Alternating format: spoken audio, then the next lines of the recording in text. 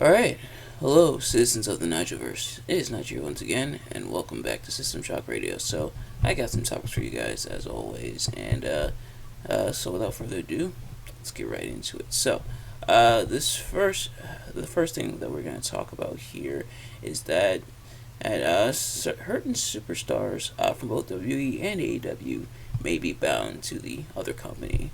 So, there's a belief that Edge may be AEW bound, and so he was recently taken off of the WWE internal roster, which, by the way, as predicted, there were several releases within WWE as a result of the merger with Endeavor. Surprisingly, no on-air talent cuts. These are more like internal management cuts, including Dana Warrior, the Ultimate Warrior's widow. Oh, her being cut and everything. And so I wonder if they're still gonna have the Warrior Award, her to Anna, who's gonna present it. And maybe it's not a permanent cut. Maybe she'll be brought back later on. But yeah, she's released for now. So, same with several other names. So a lot of internal cuts there, and I think they said about 100 employees, which wow, damn. But nevertheless, back to this. So Edge may be AEW bound. He's no longer on the internal WWE roster. There's a belief within both WWE and AEW that he's going to be headed to AEW. I imagine most likely he to have something to do with Christian Cage. May be opposing him, maybe standing alongside him. We'll have to wait and see. But also, it looks like Jade Cargill may be WWE bound.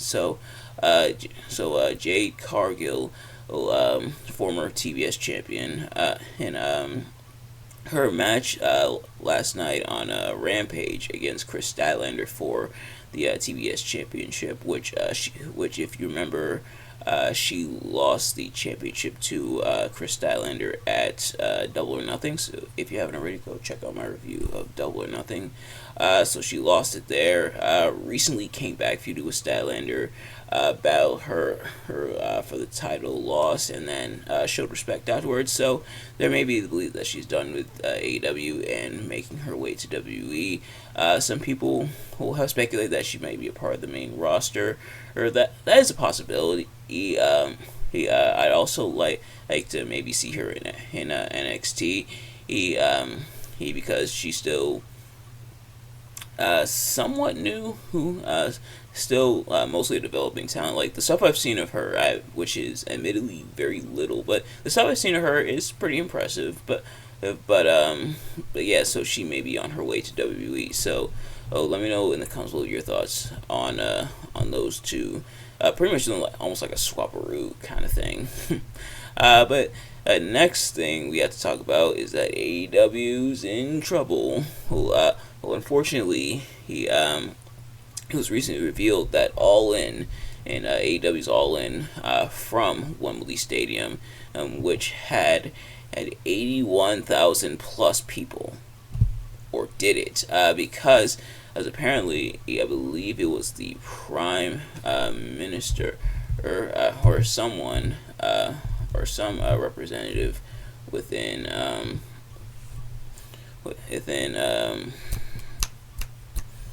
the government, I should say, says that the Brent Council, and this is courtesy of Cage Seats. So it says the Brent Council responded to the request by revealing the actual turnstile count was 72,265 people. And the quote from them says, the actual numbers registered entering the stadium through the turnstiles was 72,265. This is reflective of what attended on the night and not the total number of tickets sold or no-shows, etc. So, and the article does further her continue here by saying the discrepancy between the two numbers is likely due to scalpers buying up a lot of tickets early on and not selling all of them, in addition to anyone who did buy tickets but decided not to attend. And And it also continues saying Wrestling Observer Radio's Dave Meltzer tried to provide some context for thinking about the drop off from the total paid number to the actual turnstile count by saying most turnstile numbers when it comes to stadium events are usually about 10% off. This is 11% off. It's a higher number than I probably would have expected for this show, but not in the realm of unusual. I've seen WWE's and they're a little lower, but it's like 8 or 9%.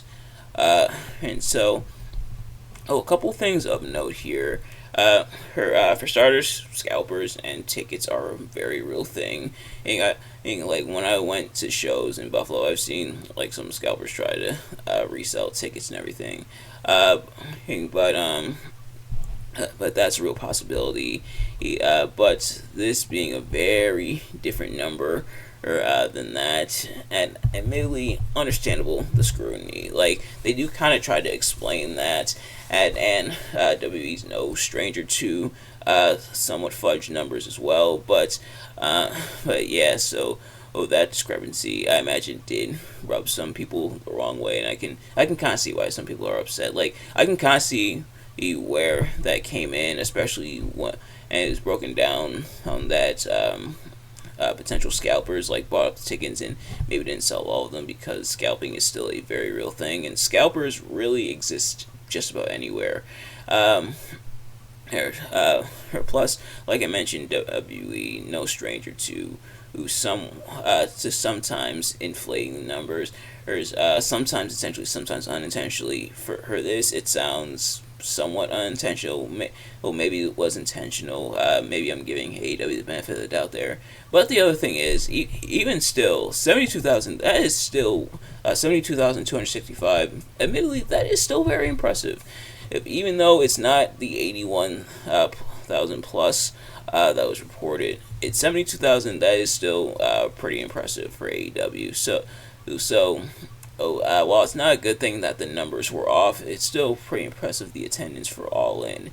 But I'm sure one person who's not happy, though, is Will Ospreay, who apparently had the number tatted on him and was very upset when that came out because he already had the number tatted on him, which I think that's probably one of the reasons why I'm probably not going to get tattoos. For starters, I'm terrified of needles, but also like stuff changes, sometimes. Like if I were to get a tattoo of like someone I'm with at the moment and then we end up breaking up, now that person's tatted on my body. Now, for those who have obviously tattoos and stuff like that, I mean, no offense and no disrespect, I'm just saying, for me, I probably wouldn't do it. Then, like I said, I'm terrified of needles. I do have a justifiable reason, and maybe I'll tell that story someday, but yeah. But anyway, the next thing I want to talk about is we have some returns in WWE.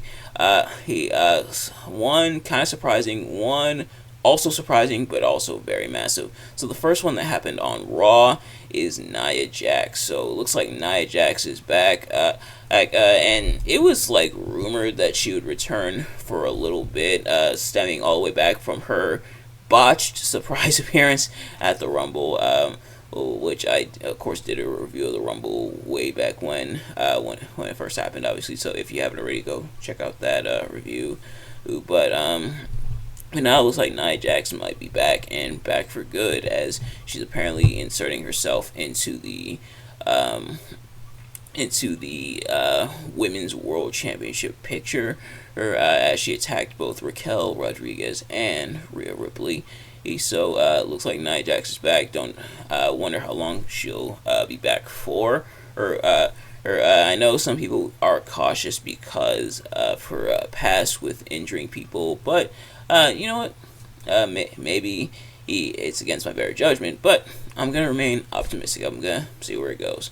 But the big one from last night on SmackDown is The Rock. Yes, The The Rock, the Brahma Bull, the People's Champion, is back. Now, admittedly, I didn't watch SmackDown. I was doing other stuff, but I did see some of the highlights, seeing The Rock back, seeing him having that interaction with Austin Theory.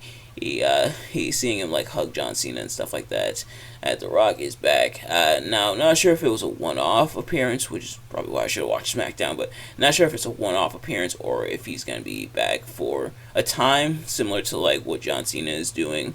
But if that's the case, then welcome back, Rock. And you know, even though Rock has now spent more time in Hollywood than in WWE, he still gets a massive pop every time he comes around. Like seeing his entrance music hit, and seeing the crowd go nuts. As man, they do love them some Rock, and The Rock definitely one of the most charismatic superstars ever, back for a time. But now a lot of people have the question, and it's a very important question: when is he gonna face Roman? Now, apparently, it came out because he was on he was doing an interview with Pat McAfee yesterday as well, which almost was kind of a dead giveaway of what would happen. But he was talking with Pat McAfee, saying apparently they were supposed to face at WrestleMania 39, which was the theory of a lot of people.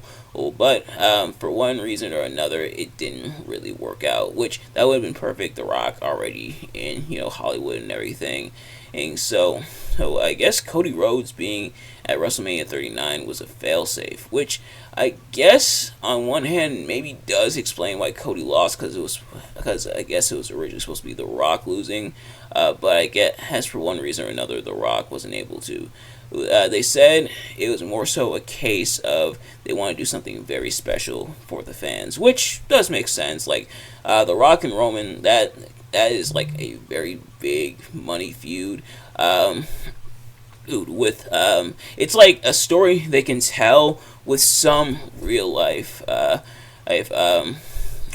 ties. Obviously they're a family, and obviously they don't hate each other, but they are family. And like The Rock could bring up like how Roman used to get booed, and The Rock would get booed along with him for supporting him back at like the Rumble 2015, and seeing how like Roman's become so full of himself, stuff like that. So that you can definitely build a feud on there. Like there is a lot of like stuff you have to throw in there, but there is some organic stuff for that feud that I think could work out. And both men and Paul Heyman, of course, who's going to be in Roman's corner, definitely are able to do a lot of the legwork themselves when it comes to like promos and storytelling and stuff like that.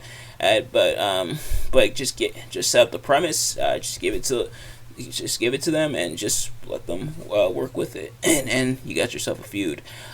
So with The Rock being back now, it begs the question: will this match take place at Survivor Series? Survivor Series might not be as big a stage as WrestleMania, but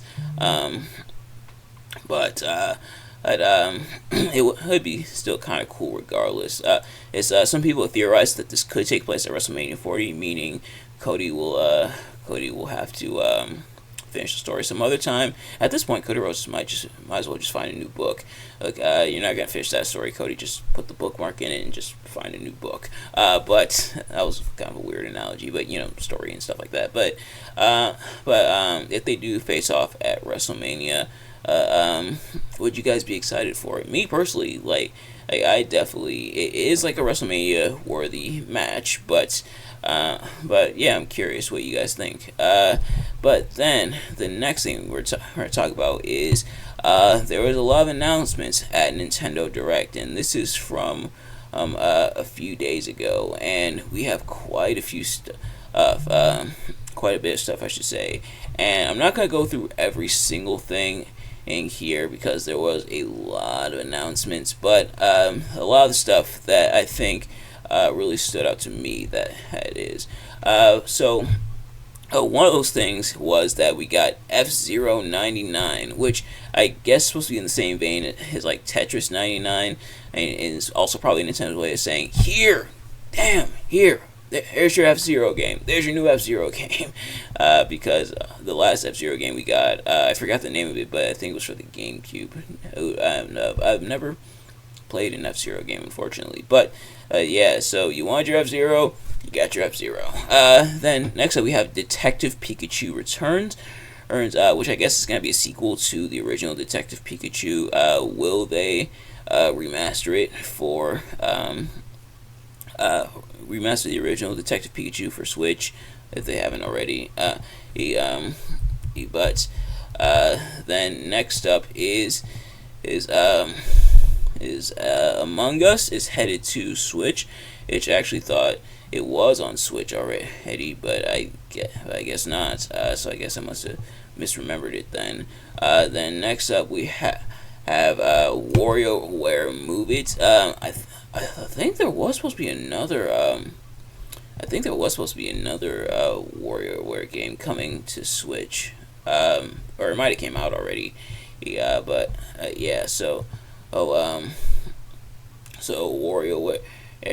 Move It is coming to Nintendo Switch. Then we have Super Mario RPG, which was that was announced previously. It was announced a little while ago. Oh, I think at the last Nintendo Direct they had a couple months ago. Then we got the final booster pack for Mario Kart 8 Deluxe, which finally now we can have a new proper Mario Kart game.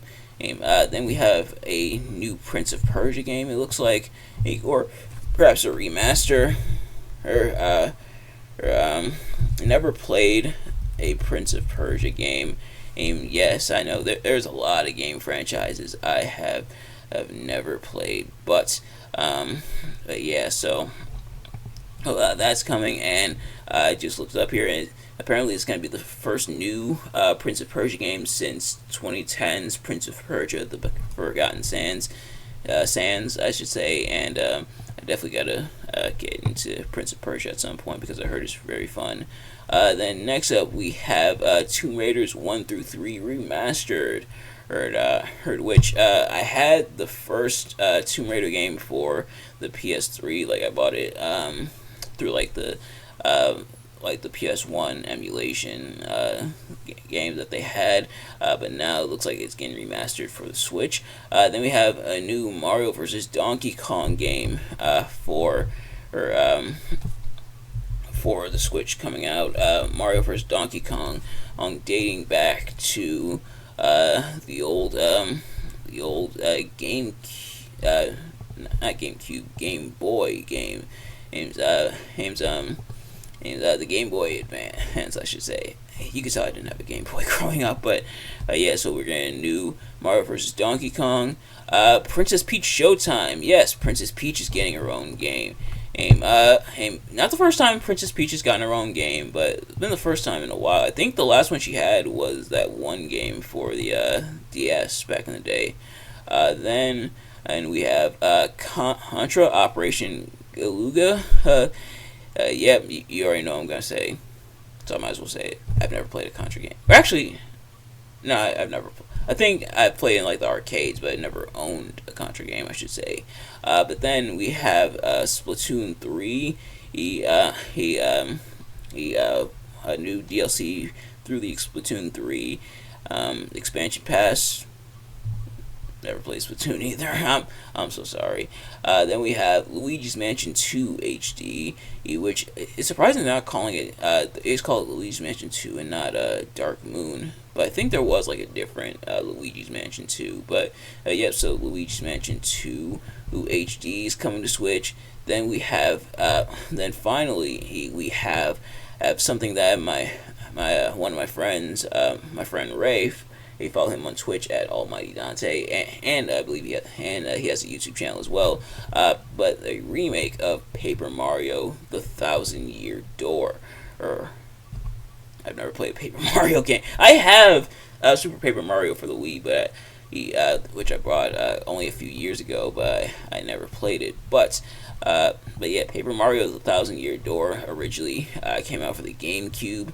But it's getting a remake on the Switch. So a lot of exciting stuff coming out for the Switch there. And yeah, so Luigi's Mansion 2 is Luigi's Mansion Dark Moon. Weird that they didn't call it Dark Moon, but what can you do? But Pretty exciting stuff coming to Nintendo Switch. And it looks like, I guess, contrary to what may be believed, they're probably not gonna uh, have a new Nintendo console, at least not anytime soon. Because then why would they release all this stuff or like announce all this stuff coming for the Switch? But finally, the last thing I want to talk about here is something that my mentor, Dr. A. Tyshawn Wilson, used to say all the time and still does say all the time, and that's things take time. So, when he would always say that, I kind of knew what it meant, but I didn't really know what it meant, if that makes any sense. It's not until I got older when it really hit me exactly what it meant. And things take time. That pretty much means being patient about things.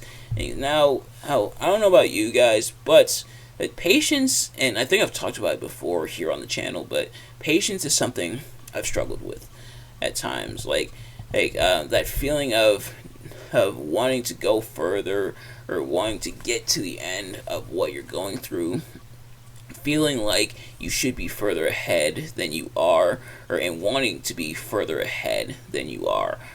But sometimes you have to take a step back and really evaluate things and say, okay, this is where I am.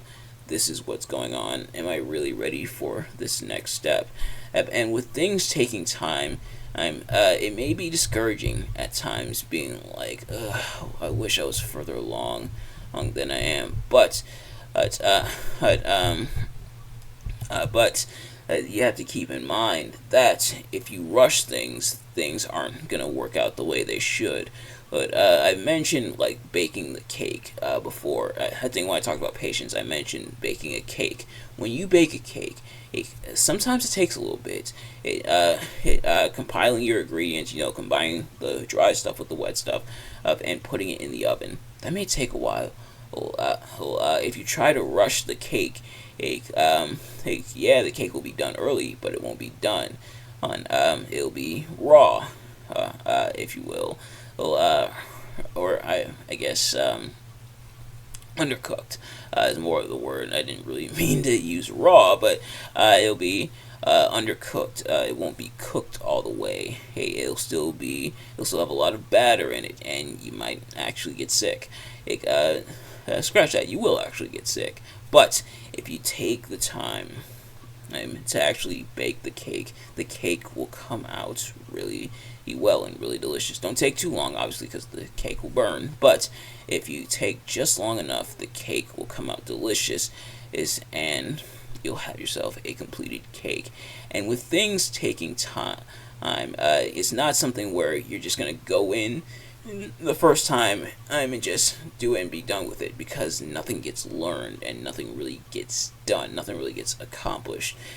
But instead, being patient about things, going at your pace, not trying to rush it, because as you're comparing yourself to other people, comparison, of course, is the thief of joy. But things taking time in your life, always